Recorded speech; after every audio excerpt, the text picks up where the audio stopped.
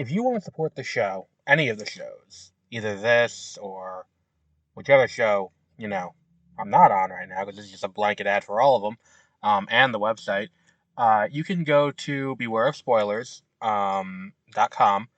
In the description for any of the episodes of Beware of Spoilers, there is the option to donate. If you don't want to donate that way, you can donate directly through the website. We do have that, mwpnews.com. And if you don't want to support that way, then going to mwpnews.com will help out because we have ads there. We don't want to keep it, where there's a lot of ads. There's a few ads. But the point is, we want to make it so that way, we can sustain this for the long term. If people donate, we're never going to paywall anything, I don't think, as of right now. But you know, if people start donating, we'll start doing cooler and cooler stuff. Like donations are how we get to cover stuff like Tribeca and other, film festivals. And, we may be able to bring on more people to help out. So if you want to help out the show and you want more content from us, by all means, even just going and giving us a 5-star rating on Spotify helps out a lot. But that's it. That's the only ad we'll have on the podcast ever. But here's whatever podcast you're going to be listening to.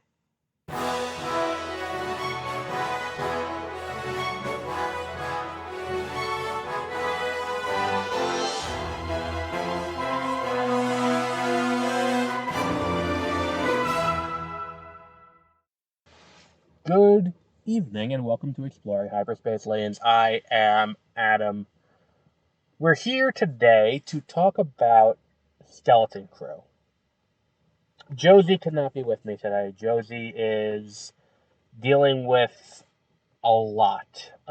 She has some personal matters to handle, and it's a little bit of a lot. So I told her I would handle things in her absence until she can, get everything together. Which sounds mean, I think, but I don't mean it that. She knows what I mean. And when she comes back, we'll be back with her. But until then, we're going to talk to me by myself. And I'm going to briefly talk to you about Skeleton Crew, which is the new show from Disney Plus. And let's just bring up what we have. Skeleton Crew. We had some news today. And I'm not shocked. Now, what we got today was confirmation that Skeleton Crew will be debuting on Disney Plus on December 3rd. We got some pictures from it of the various kids. There's a Max Rebo looking kid. There's a human kid. We get to see a first look at Jude Law, who is what's it called? He's a Jedi. Jod Nawood is the name of the Jedi. And the synopsis: when 4 kids make a mysterious discovery on their seemingly safe home planet, they get lost in a strange and dangerous galaxy. Finding their way home, meeting unlikely allies and enemies will be a greater adventure than they ever imagined. So that's interesting. I mean, there's a bunch of child actors because it's like they said they're looking for an Amblin style, production. And we get a few pictures, and it's like, okay, that's cool. Like they're going for like a Goonies or something like that, and we'll see how it plays out. There's going to be a new droid named SM-33, voiced by Nick Frost. And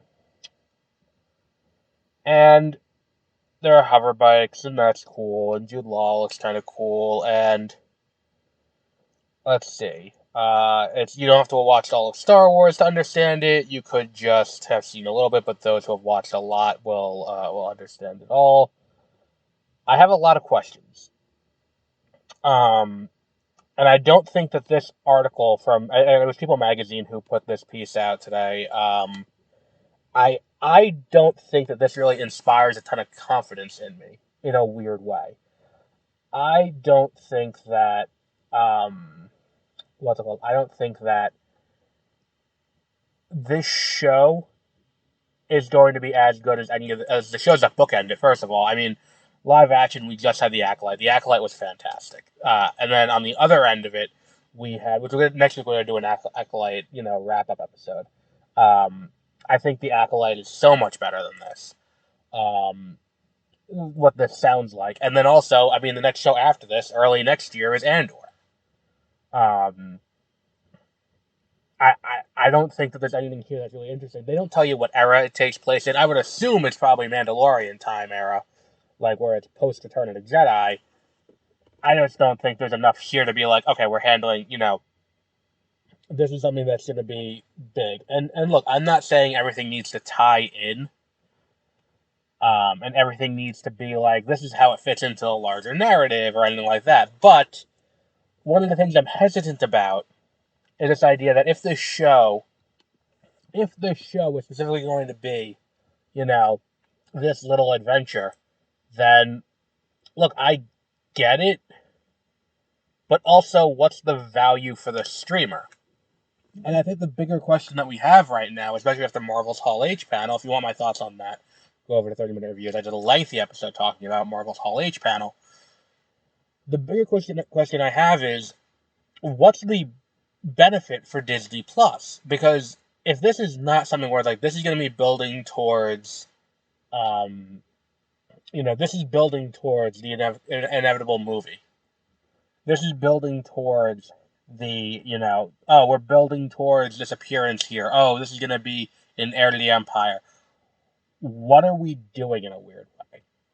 It's kind of how I feel. Because it's like, who's going to sign up to Disney Plus for this? This doesn't sound like it's a ratings driver in the way that The Mandalorian was. This doesn't sound like it's going to be a ratings driver in the way WandaVision was. And are we at a point now where Disney has started to realize that perhaps putting their eggs in the basket, in the streaming basket, was a bad idea? And will this be the show that breaks the back? I mean, fittingly, this show is an Amblin, is referenced to be like kind of Amblin adjacent, and that's the kind of tone they're looking for. Will this be their E.T. Atari game? Where it's like, this is not something that's going to, get people on board. And the question I have is like, look, you may not have liked The Acolyte. You may not have appreciated what The Acolyte was going for, or any of that. I know that I'm in not a vocal minority, but I'm kind of on one half of the fandom on a lot of these things, and I get there's a lot of people who don't like it. I understand that, and I hear that. I don't read this description and think that this is something that's like, I have to rush out and watch this first thing. In the same way that, like, I mean, and look, I felt kind of the same way about Andor. Like, when Andor was announced, I'm like, do I really need to watch an entire TV show about the guy who gets blown up by the Death Star in Rogue One? Do I really need to watch that? And then the show was great. Maybe I'm wrong. Maybe that's where I am on this. And it's fine. I've been wrong before. Go on MWPnews.com right now. You can see the article I put up where I talk at length about what I think is going to happen in the Marvel Hall H panel, and I was entirely wrong. I've been wrong before. Odds are I'll be wrong again, probably by the end of the week. That's, I'm not afraid to be wrong. From this description, I'm not overly confident. And I think that, like, if this is the show that's going to be their big December show for Disney Plus, I get that it's I don't know if it's something that's really, going to grab people and get people into it. I think to an extent you do need that tie-in to get people on board. You need that, oh, well, this is going to be important because they're introducing X, Y, and Z concept. And I think if you're not saying in the marketing materials right now, oh, this is going to tie into X, Y, and Z, and you're not even saying when it takes place. I mean, look, if this is a lone Jedi out in the universe, that's kind of a good question, too. Because it's like, if this is a lone Jedi who's been in hiding, it's like, where the fuck was he during all of that happened? Like, it's like, first of all, if he's 55, that would mean he was, okay, so let's put this Mandalorian time. That's what we'll say this is.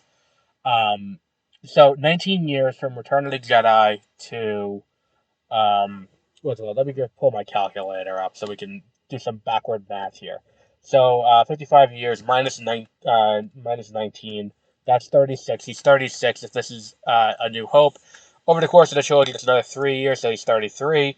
So let's do another 5 years. So he's 28.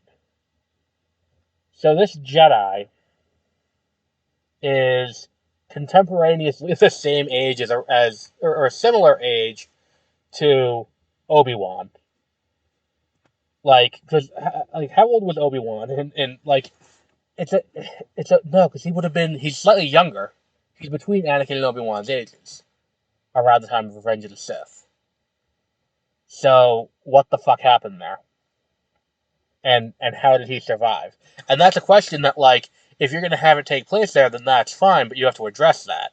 Unless they're going to say this is during the prequel era, which is entirely possible as well, and he fucks off. Now, I'm going to be honest. I think what's going to end up happening here, I think they go to the next door neighbor galaxy somehow that Ahsoka ended up in.